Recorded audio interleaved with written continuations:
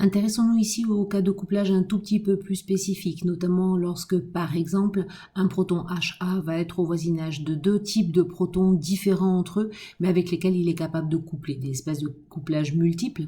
Alors ils ont été ici simplifiés par un couplage de la forme AMX. Ça veut dire que je suis dans une situation qui pourrait être la suivante. Le carbone porte un proton de type HA et il est en position vicinale d'un carbone qui porterait un proton de type HX et de l'autre côté, il y aurait un proton de type HM. On a donc deux couplages qui peuvent se mettre en place, soit le couplage entre HA et HM, soit le couplage entre HA et HX. En fait, chacun de ces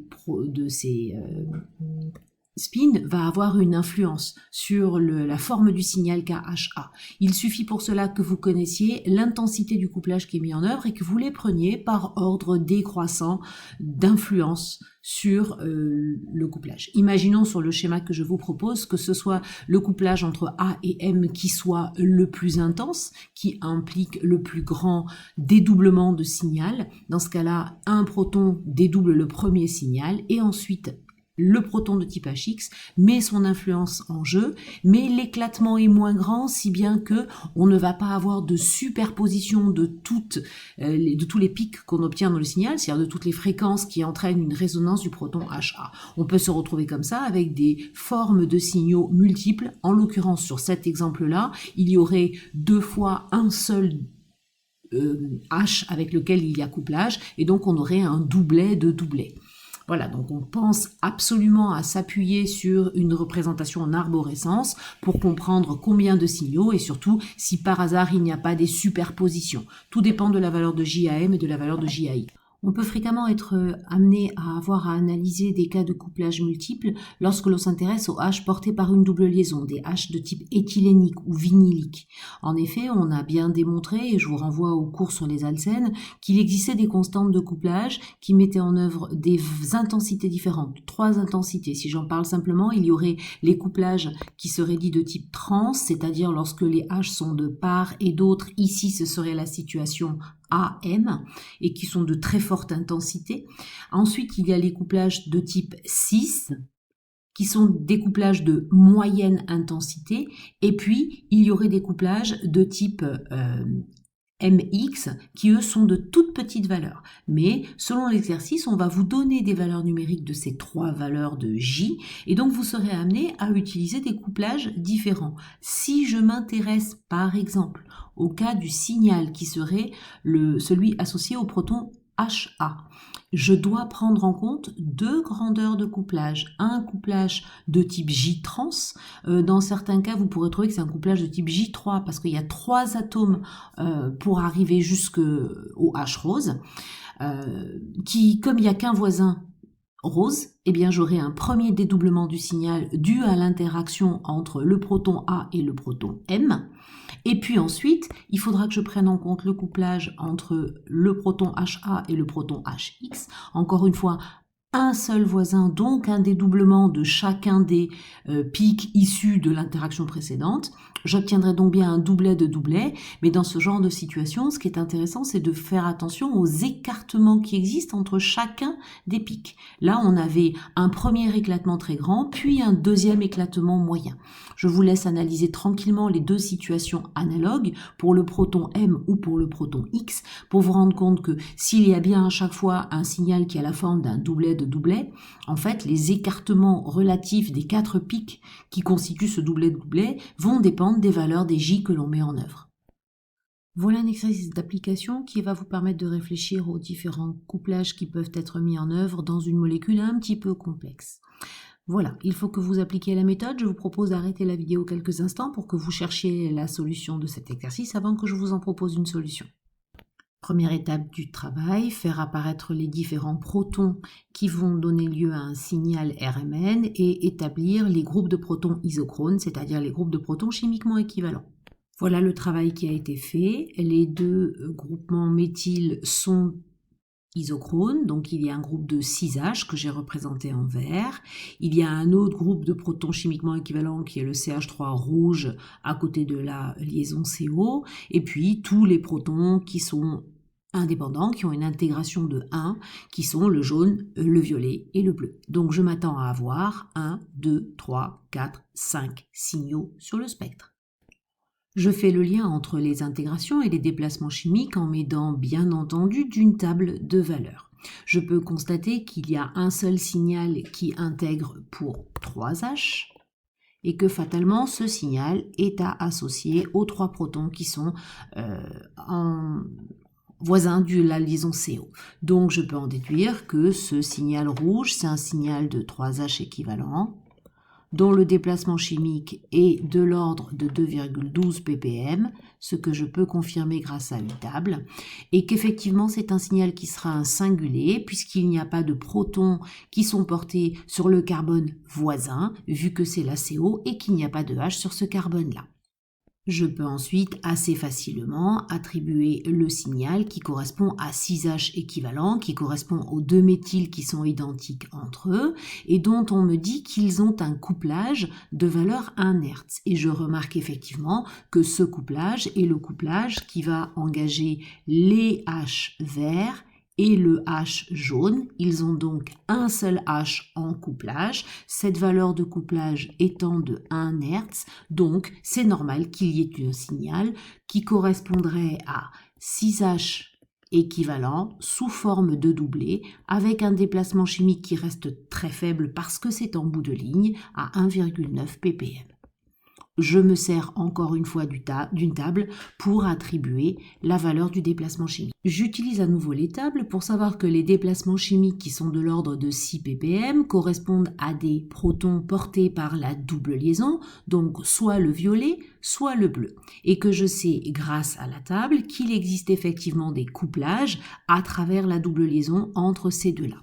Le H bleu, si j'étudie son signal, va présenter un couplage avec le H violet. C'est la seule possibilité de couplage pour lui. Couplage avec un seul proton, signal doublé. Donc nécessairement, j'en déduis que le H violet, c'est un seul H, avec une constante de couplage qui va être celle que j'attribue à 15,5 Hz, et puisqu'il est en couplage avec un voisin, c'est un doublé, son déplacement chimique valant 5,94 ppm. Cela me permet d'établir que cette constante de couplage entre bleu et violet est à 15,5 Hz. Maintenant, je réfléchis au H violet. Ce H violet est en couplage bleu, mais il est aussi en position vicinale du H jaune. Donc, il a un double couplage, à chaque fois avec un unique proton voisin. Donc, j'en déduis que le H violet, c'est le H du doublé de doublé. Et donc que, au passage, la valeur de la constante de couplage entre H jaune et H violet, eh bien, c'est la valeur de 8,7 Hz. Et j'aurai donc fini l'attribution de tous les signaux en disant qu'il me reste effectivement un seul pic que je n'ai pas attribué, enfin un seul signal que je n'ai pas attribué, c'est le H jaune, et que ce H jaune, eh bien c'est un multiplet. Pourquoi ? Parce qu'il présente un couplage multiple. Il est à la fois couplé avec une constante J de 8,7 Hz avec le H violet, donc un dédoublement de son signal avec un éclatement de 8,7 Hz, et ensuite il aurait un éclatement correspondant à un septuplé, 6 voisins verts donnant 7 pics de 1 Hz à chaque fois. Donc effectivement, ce signal, il faudrait dessiner une arborescence que je vais commencer à mettre en place et dont je vous laisserai le soin de la terminer en disant que pour le H violet, la première intervention avec le H violet va me donner un éclatement du signal en dédoublant avec un écart de 8,7 Hz et qu'ensuite, il faudra 6 fois d'affilée, envisager un petit éclatement de chacun de ces deux pics avec un écart de 1 Hz à chaque fois. Et ça, il faut le reproduire 6 fois. Une fois, 2 fois,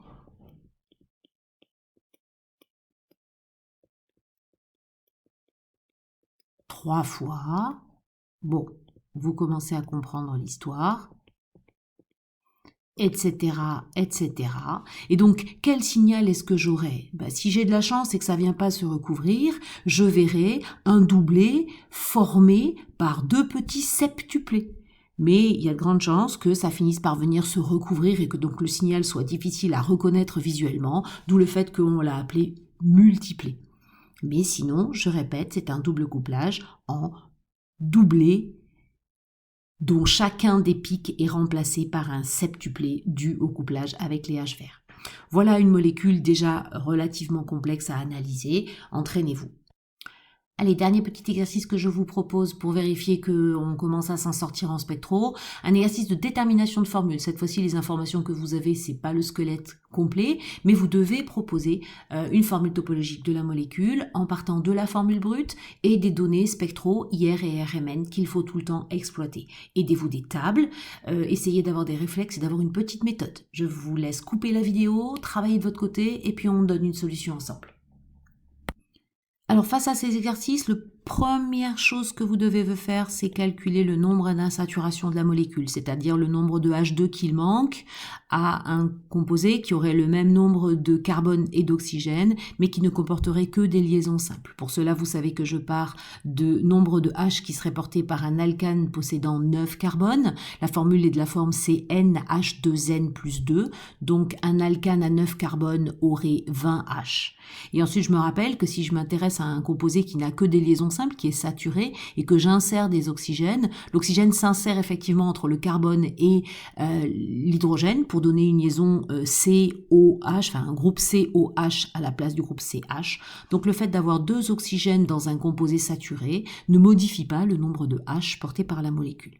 Donc autrement dit, la formule qui aurait 9 carbones et 2 oxygènes et qui ne comporterait que des liaisons simples serait C9H20O2 que je compare au C9H10O2 de mon exercice. Il manque 10 H, c'est-à-dire qu'il manque 5 H2. Le nombre d'insaturations est donc égal à 5.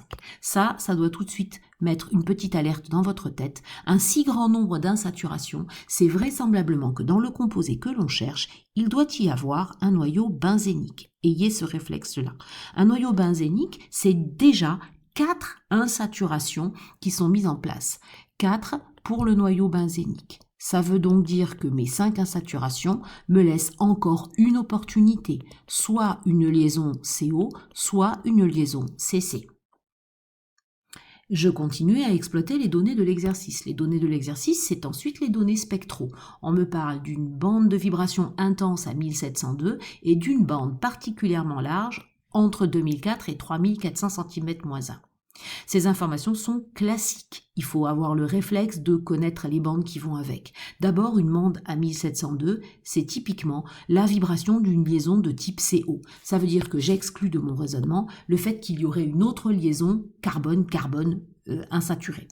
Je penche pour une CO. Et qui plus est, si j'analyse mieux mes données, je penche pour une CO qui serait la CO d'un acide carboxylique.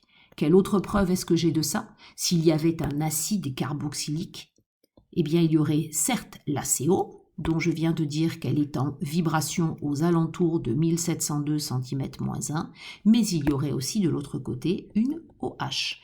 Et une bande très large et très forte entre 2004 et 3400 cm-1, c'est la vibration de la bande OH. Je mets 3000 pour avoir l'ordre de grandeur. Donc ces deux informations valident, à mon sens, la présence d'un groupement acide carboxylique porté sur le noyau benzénique. On a déjà bien avancé. Mais qui parle de noyau benzénique dit qu'en RMN, je vais avoir aussi une caractéristique pour les protons qu'ils sont fortement déblindés parce que le déplacement des 3 doublets du noyau benzénique crée un fort déblindage. Là aussi, il faut savoir que le déplacement chimique des H portés par un noyau benzénique, c'est grosso modo entre 7 et 8 ppm. Et ça tombe bien parce que dans mon tableau, je vais avoir 2 signaux qui sont dans cet ordre de grandeur, c'est-à-dire le 7 et le 7,7 ppm. Ces 2 signaux correspondent à 4 protons. Ces 4 protons sont donc portés par le noyau benzénique. Mais il me restait 5 positions, donc j'en déduis qu'il y a vraisemblablement encore une position sur laquelle va venir s'insérer une ramification carbonée, et cette ramification carbonée, elle contiendra les carbones que j'ai pas encore mis en place dans ma molécule. On a déjà placé 7 carbones sur les 9 dont je disposais, donc je déduis de tout ça qu'il existe une ramification qui comprendra 2 carbones.